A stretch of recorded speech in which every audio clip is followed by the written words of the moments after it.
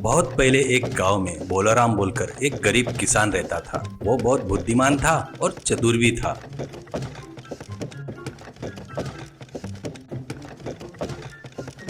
इसलिए जमींदारों के बाजू में ताकतवर बनकर और गरीब किसानों के लिए भगवान बनकर रहता था।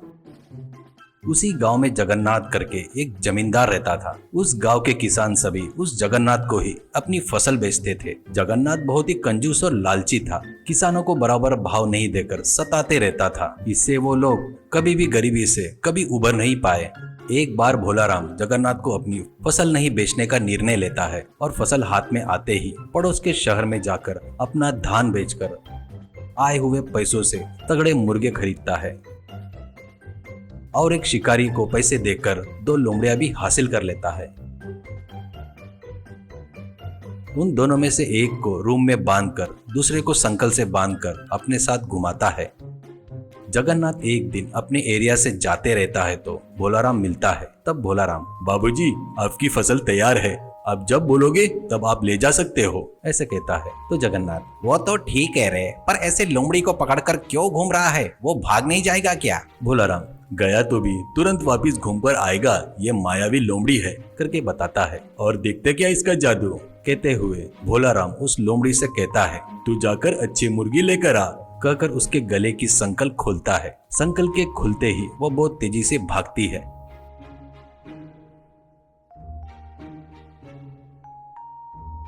तू पागल है क्या? वो लोमड़ी तो दोबारा तेरे नजर में आएगी नहीं, करके बोलता है जगन्नाथ। भोलाराम, आपको उसके बारे में नहीं पता, वो मायावी लोमड़ी है। कल आप हमारे घर पर खाना खाने के लिए आओ, आप आएंगे करके विश्वास से मुर्गियां मंगवा रहा हूँ, देर ना करते हुए जल्दी आना, ऐसा कहता है भोलाराम। अगले दिन दोपहर तक बढ़िया खाना बनाता है भोलाराम। उसका घर कुछ ही दूरी पर रहता है। तब उसको बिरयानी के मसालों की खुशबू आती है। वहाँ खाने के टेबल पर कई प्रकार के चिकन के आइटम बनाकर अलग अलग थालियों में तैयार था। अरे भोलाराम, तुम्हारी लोमड़ी कहाँ है? उसको भी लेकर आओ, वो भी अपने साथ खाना खाएगी, ऐसे कहता है जगन्नाथ। अरे उसको क्या जल्दी है जी, पहले अपन लोग निपटाएंगे, ऐसा कहता है भोलाराम। दोनों लोग मिलकर खाना खाते हैं। खाना खाने के बाद जगन्नाथ को लोमड़ी की याद आती है। वैसे मायावी लोमड़ी मेरे पास रहा तो बहुत अच्छा रहेगा, करके सोचकर भोलाराम से कहता है, अरे जाओ अपनी लोमड़ी को लेकर आओ, देखता हूँ, करके बोलता है। जगन्नाथ की बातों पर खुद ही मन में हंसकर उठकर जाकर रूम में बांधकर रखे हुए दूसरे लोमड़ी को रस्सी से बांधकर बाहर लाता है। जैसे ही बाहर लाता है वैसे ही 500 सिक्के में बेचता क्या, करके पूछता है जमींदार जगन्नाथ। तो भोलाराम सिर हिलाते हुए, बेचना ही काम है, लेकिन उस पर मेरी जिंदगी की गाड़ी चलती है, उसको बेचा तो मैं भूखा मर जाऊंगा। तुमको देने वाला धान पूरा बकाया लेकर जाओ, पर लोमड़ी को मत मांगना, करके बोलता है। तुम्हारी भीख नहीं चाहिए मुझे, तो बस वो मायावी लोमड़ी चाहिए, ऐसा कहता है। 1000 मुद्राओं में लेकर जाता हूँ, ऐसा कहता है जगन्नाथ। आप इतनी ही जिद कर रहे हैं तो मुझे 1500 मुद्राएं दीजिए, कहता है भोलाराम मासूम सा चेहरा बनाकर। उससे कम बोलोगे तो नहीं जमेगा, भावबाजी नहीं होगी, ऐसे कहता है। जगन्नाथ खुश होकर 1500 मुद्राएं देकर लोमड़ी को लेकर जाता है। घर जाकर जगन्नाथ अपनी पत्नी रुक्मिणी से, देख, मैं एक मायावी लोमड़ी खरीद कर लाया हूँ, वो अच्छे अच्छे मुर्गे को चोरी कर कर लाकर देगी, ऐसा कहता है। मैं मर भी जाऊँ तो इस बात पर यकीन नहीं करूँगी, ऐसा कहती है रुक्मिणी। जमींदार जगन्नाथ भी भोलाराम के जैसे लोमड़ी को पकड़कर, जा रे, जाकर अच्छे मुर्गे पकड़ कर लेकर आ, करके बोलकर उसके गले की रस्सी खोल देता है। बस उसी क्षण वो भाग जाता है लोमड़ी।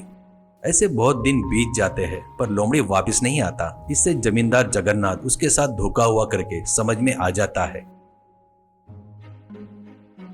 और अपने आदमियों को लेकर भोलाराम के घर जाता है और उसको पकड़कर बांधकर, मेरे से ही धोखा करता क्या रे नीच कमीने, मेरा पैसा मुझे वापस किया तो माफ कर दूंगा, ऐसा कहता है। वो तो कब का खर्च हो गया है जी, ऐसा कहता है भोलाराम। तो इसे लाठी से मरे तक मारो, करके बोलता है जगन्नाथ। एक व्यक्ति, अरे बाबूजी, इसे मारकर गाड़ने के लिए नहीं जमेगा, इसको कल मार डालेंगे तो अच्छा रहेगा, ऐसे कहता है।